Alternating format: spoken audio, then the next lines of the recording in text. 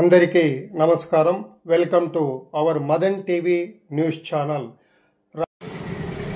నేటి ప్రాధాన్యమైన అంశాన్ని పరిశీలిస్తే కర్నూలు జిల్లా ఆదోనిలో భారీ ఎత్తున విజిబుల్ పోలీసింగ్ మరియు వెహికల్ చెకింగ్ నిర్వహించినట్లు Adoni traffic police station CI Ganta Subbarao పేర్కొన్నారు.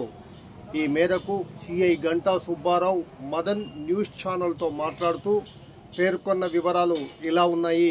కర్నూలు జిల్లా ఎస్పీ ఉత్తర్వుల మేరకు ఆదోని డిఎస్పీ పర్యవేక్షణలో ఆస్పరి బైపాస్ రహదారి దగ్గర వాహనాల తనిఖీ నిర్వహించడం జరిగిందని, రికార్డ్స్ లేని వాహనాలకు సంబంధించి జరిమానా విధించడం జరిగిందని సిఐ గంటా సుబ్బారావు పేర్కొన్నారు.